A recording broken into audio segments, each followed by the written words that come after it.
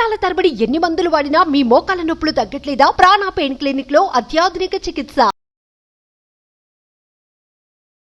నమస్తే, welcome to Suman TV. నేను శివరాజ్ శంకర్. ప్రస్తుతం మనం గుంటూరు దగ్గరలో ఉన్నటువంటి ఫిరంగిపురం నుంచి మన దగ్గరికి ఒక వైఫ్ అండ్ హస్బెండ్, భార్యాభర్త ఇద్దరు వచ్చారు ఒక సమస్య మీద. ఆ సమస్య ఏంటని తెలుసుకోబోయే ముందు, బేసిక్ గా మా దగ్గరికి రెగ్యులర్ గా చాలా మంది సమస్యలతో వస్తూ ఉంటారు. అయితే వాళ్ళకి లీగల్ గా న్యాయవాదుల సమక్షంలో న్యాయ సలహాలు ఇచ్చి దానికి సంబంధించి ఫ్యామిలీ డిస్ప్యూట్స్ ఉన్నా అవి క్లియర్ చేసే ప్రయత్నం చేస్తూ ఉంటాం. అయితే ఈ విషయానికి వచ్చేసరికి వాళ్ళ సమస్య విన్నప్పుడు నాకు చాలా ఇబ్బందికరంగా అనిపించింది. వాళ్ళకి చాలా విషయాలు చెప్పాం. లేదమ్మా, వేరే విధంగా పోరాడండి, పోలీసుల ద్వారా వెళ్ళండి అని చెప్పేసి.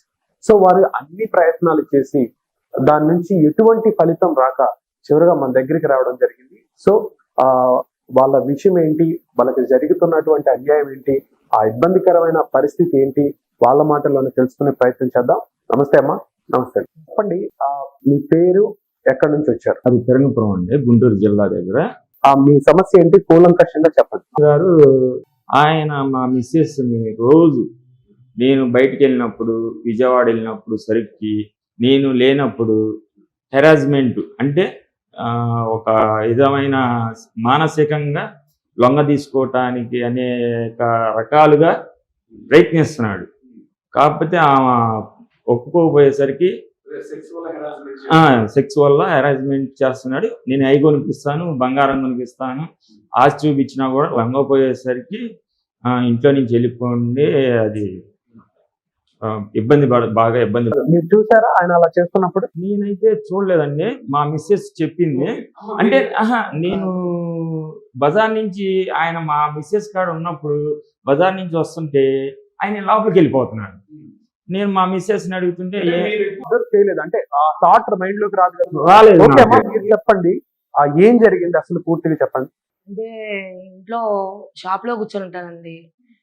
మా వారు బయటికి వెళ్ళినప్పుడు కానీ ఏదో మంచి చెడ్ల విషయాలు, పిల్లల గురించి కానీ వ్యాపారం గురించి కానీ పక్కనప్పుడు మాటలు వస్తుంటాయి, మంచి చెడు ఏమైనా వస్తుంటాయి. ఆ మాటల మధ్యలో ఉన్నప్పుడు ఏదో ఒకటి మాట్లాడుతూ, అమ్మాయి మీ అందరూ బాగానే ఉన్నారు, మీరే కాస్త డల్లుగున్నారు,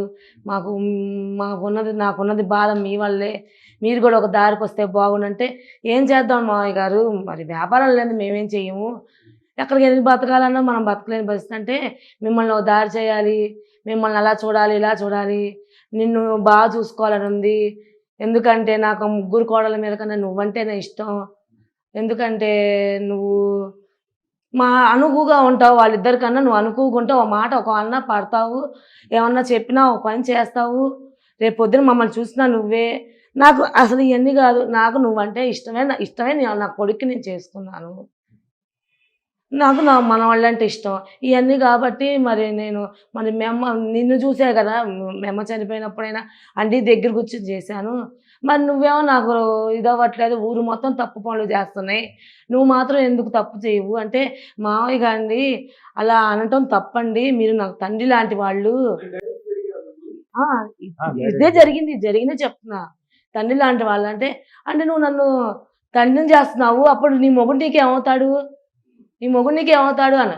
ఏందండి ఇప్పుడు మీ తప్పు నేను చెప్తుంటే మీరు నన్ను ఎదురు ప్రశ్నిస్తున్నారు, అత్తయ్య గారికి చెప్పమంటారా, చెప్తే అంటే చెప్పుకుంటే చెప్పుకో, ఎవరికైనా చెప్పుకో, ఏమైంది నేను పీకుతారా, నన్ను ఏమన్నా చేస్తారా అంటున్నారండి. సరే అని అత్తయ్య గారికి చెప్పా. అరిచింది, ఏం పనులు ఇవి, మన ఇంటికి మనల్ని నమ్మి వచ్చిన ఆడపిల్లలు ఇట్లా నేను మాట్లాడేది, ఇంకొకరు చెప్పు తీసుకొడతారు, ఆ పిల్ల కాబట్టి కడుపులో పెట్టుకొని నాకు వచ్చి చెప్పింది, నేను నా మంచితనం కాబట్టి నేను ఆ పిల్ల వైపే ఉన్నాను, ఇంకొకళ్ళు అయితే నీ వైపే ఉంటారు, నేను ఆడ మంచిదాన్ని కాబట్టి నా కోడలు ఎలాంటిదో నాకు తెలుసు కాబట్టి నేను నిన్నే ఖండిస్తున్నాను, నీ బుద్ధి నాకు ఫస్ట్ నుంచి తెలుసు కాబట్టి, ఇప్పుడు కాదు మన పెళ్ళైన తెగించి నీవు చేసే వ్యవహారాలన్నీ నాకు తెలుసు కాబట్టి ఇంకా నేను నా కోడల వైపే ఉంటాను, నిన్నే 4 మాటలు హక్కు నాకుంది, ఎందుకంటే తన బాధ నేను తల్లిలాగా నాకు చెప్పుకుంది కాబట్టి కోడలు. అవునండి, అంటే ఆయన భయపడట్లా. అంతకేం చేశారంటే మా అత్తగారు ఒక ఫంక్షన్ జరుగుతుంది, వస్తారు కదండి మా మామగారు అన్నదమ్ములు, అయ్యా ఏందా ఈ పనులు, మీ ఇద్దరికి లేవు ఆ బుద్ధులు, ఆయనకి ఎట్లా వచ్చినాయి కాస్త మీరైనా చెప్పండి అని అంటే ఏం చెప్పమంటారు, అది ఆయన వయసుకు మనం చెప్పేది కాదు, అతను అందరం తెలుసుకోవాలి, అందరికీ తెలుసండి, ఎవరైనా చెప్పినా కూడా మీ ఇంటి వ్యవహారం మీరు చూసుకోండి అన్నారు. నా మేనమామకి చెప్పాను, నా పెద్దమ్మలకి పెదనాన్నలకి అందరికీ చెప్తే ఎవరు చెప్పినా అది ఆస్తి విషయమో ఇంకో విషయం అయితే మేము గట్టిగా పోరాడతాం, అది అనేది నలుగురికి చెప్పుకునేది కాదు, అది రోడ్డు మీద పడితే మీ కుటుంబమే పాడైపోయింది, అది ఆయనంతా నేను తెలుసుకోవాలి, చెప్పినా కూడా ఏనన్నప్పుడు మనమే దూరంగా ఉండాలంటే సరే మేము దూరంగానే వెళ్ళిపోయాం. దూరంగా వెళ్తే ఇంటికి వచ్చి నా మనవాళ్ళు కావాలని తెనాలు వెళ్ళిపోయామండి. వెళ్ళిపోతే ఇల్లు తీసుకొని వెళ్ళిపోతే ఇంటికి వచ్చి గొడవ చేసి తీసుకొచ్చేదాకా గోల చేశారండి మా మీద.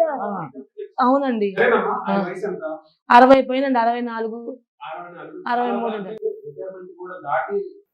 ఇంట్లో ఖాళీగానే ఉంటానండి. అవునండి అవునండి తండ్రి లాంటి వారు.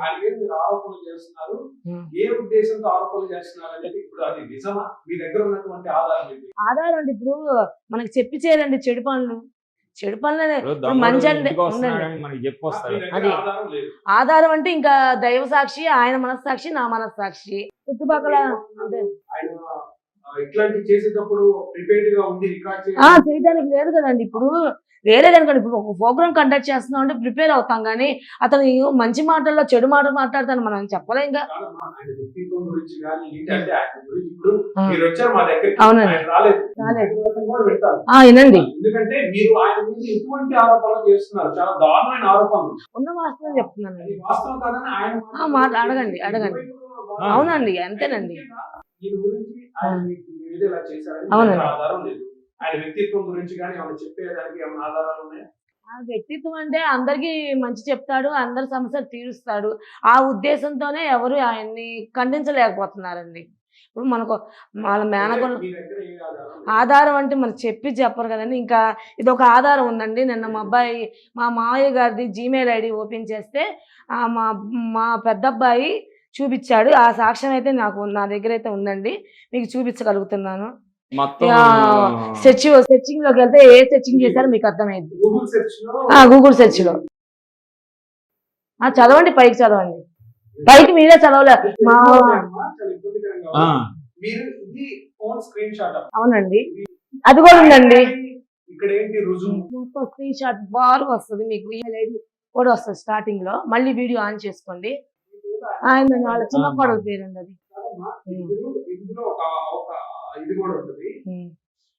మీరు అప్పటికప్పుడు మా బాబు, మా పెద్ద అబ్బాయి అండి. డేట్ టైం తో మెన్షన్ అయ్యి ఉందండి. చూపించవచ్చు, కానీ ఇది చాలా రోజుల నుంచి హిస్టరీ ఉంది. సో ఈ హిస్టరీ చూసి ఆయన వ్యక్తిత్వం గురించి మరి సాక్ష్యం చూపించాలి కాబట్టి ఆయన ఇప్పుడు ఆ మనస్తత్వం ఉన్నోళ్ళు కాబట్టి ఏ చూస్తారండి. మా అమ్మగారు కూడా బుద్ధి మార్చుకోయా, పద్ధతిగా ఉంటది. 60 దాటి 1961 అండి. బుద్ధి మార్చుకోయా కాస్త, వాళ్ళు పిల్లలు ఎక్కువ వస్తున్నారు, మనవాళ్ళు కాలేజీ చదువుతున్నారు, రేపు ట్రూ అని ఉమ్మేస్తారు అని మా అమ్మగారు చాలా సార్లు బాధపడ్డారండి, ఏడిసింది. మా అమ్మ కూడా ఏడిసింది. ఇప్పుడు నేను వచ్చేటప్పుడు కూడా నాకు బాధగా ఉంది. ఇప్పుడు ఎంత లేదన్నా కన్న తల్లి కేసు పెట్టాలన్నా కూడా బాధగానే అనిపిస్తుంది. కాకపోతే నా భార్య మనస్తాపం చెంది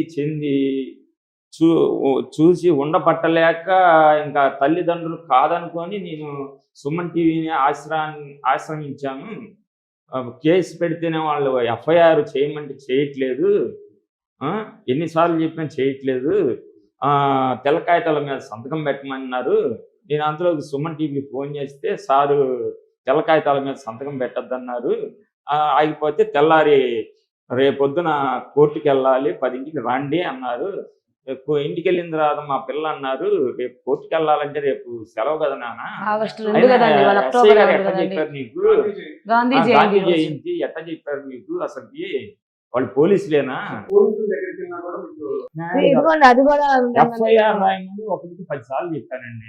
ఆయనకి 5 ఏళ్ళు శిక్ష పడాలి, మాకు ఎటువంటి దురుద్దేశం లేదు. దురుద్దేశం ఉంటే ఇంటికాడ 10 కోట్లు ఉన్నోళ్ళు ఉన్నారు, వాళ్ళ మీద అయినా పెట్టచ్చు, డబ్బు కోసమే. అయితే మీ పెళ్ళి ఎన్ని సంవత్సరాలు అయింది? మా పిల్లకి 18 సంవత్సరాలు అయింది.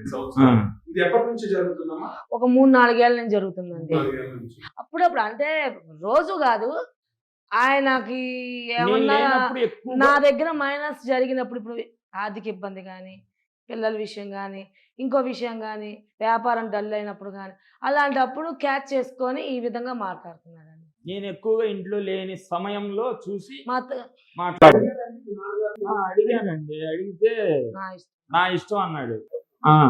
నీ ఇంట్లో నుంచి వెళ్ళిపో, ఇది నా ఆస్తి. తప్పు చేశాను, తప్పు చేయలేదు, ఒప్పుకోవట్లేదు. నా ఇష్టం అంట. నా ఇష్టం అన్నాడు. ఇంట్లో నుంచి వెళ్ళిపోండి, ఇది మా ఆస్తి.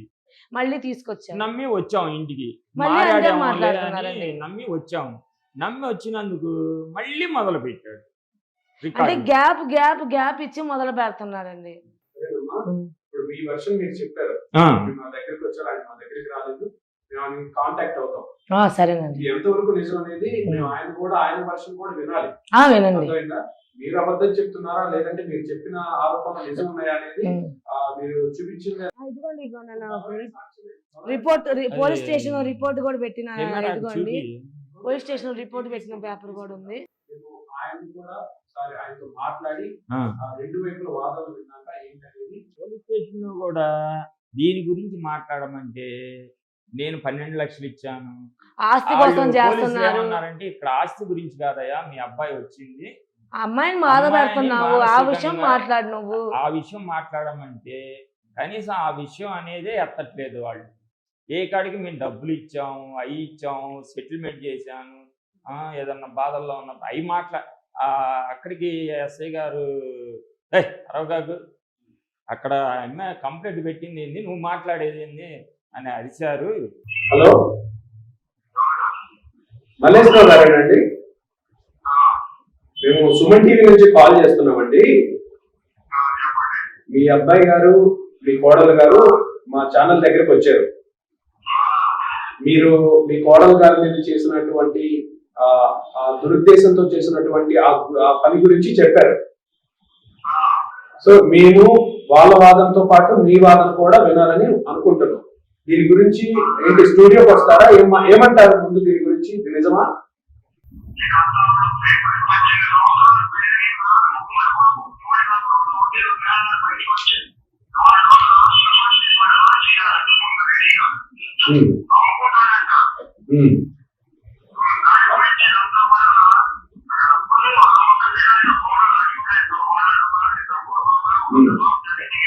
కాదండి, అక్కడ మిగతా వాళ్ళందరికీ సరేనండి, మిమ్మల్ని మళ్ళీ కాల్ చేసే ప్రయత్నం చేస్తారు. మీరు మీ గురించి చుట్టుపక్కల అందరికీ తెలుసు, మీ కుటుంబ సభ్యులకి చుట్టుపక్కల వాళ్ళందరికీ తెలుసు అని చెప్పేసి చెప్తున్నారు. సరేనండి, మేము మీ దగ్గరికి వస్తాము. మీరు ఏం చెప్తారో మీ వాదన కూడా ఒకసారి వినే ప్రయత్నం చేస్తాము.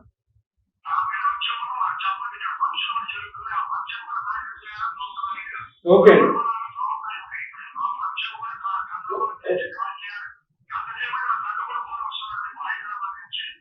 ఓకే అండి, మీ వాదన కూడా వినే ప్రయత్నం చేస్తాము.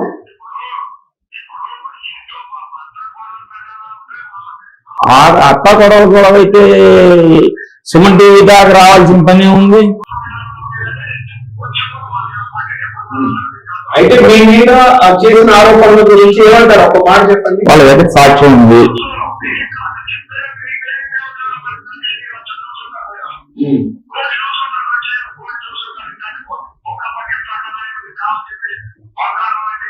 ఓకే అండి, మీ వాదన విన్నాము, ఆయన వాదన కూడా చేస్తాము.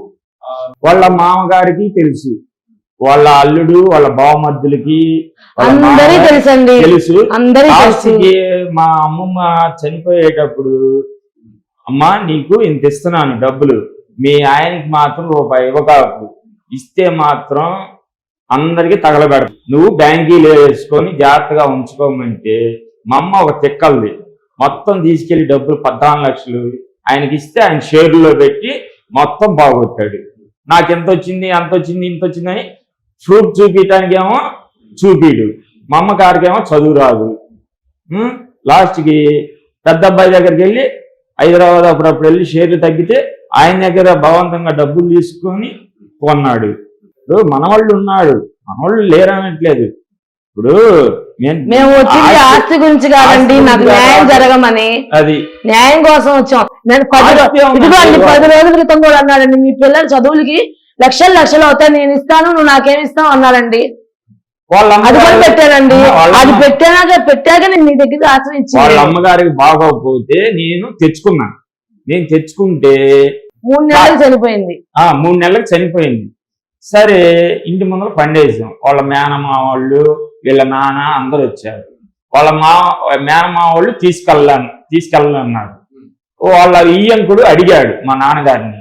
అడిగినప్పుడు వీళ్ళ నాన్నగారు మా నాన్నగారిని అడిగాడు, బావగారు నాకు దిక్కు ముక్కు ఎవరు లేరు, చేతులు పట్టుకొని మీరే మాకు దిక్కు అంటే ఆయన చేసి పెట్టాడు. చేసి పెట్టి ఏదన్నా కావాలంటే ఆయన అడగాలి, నువ్వు కాబట్టి మీకు ఇంత చేశాను, నాకేమి ఇస్తావు?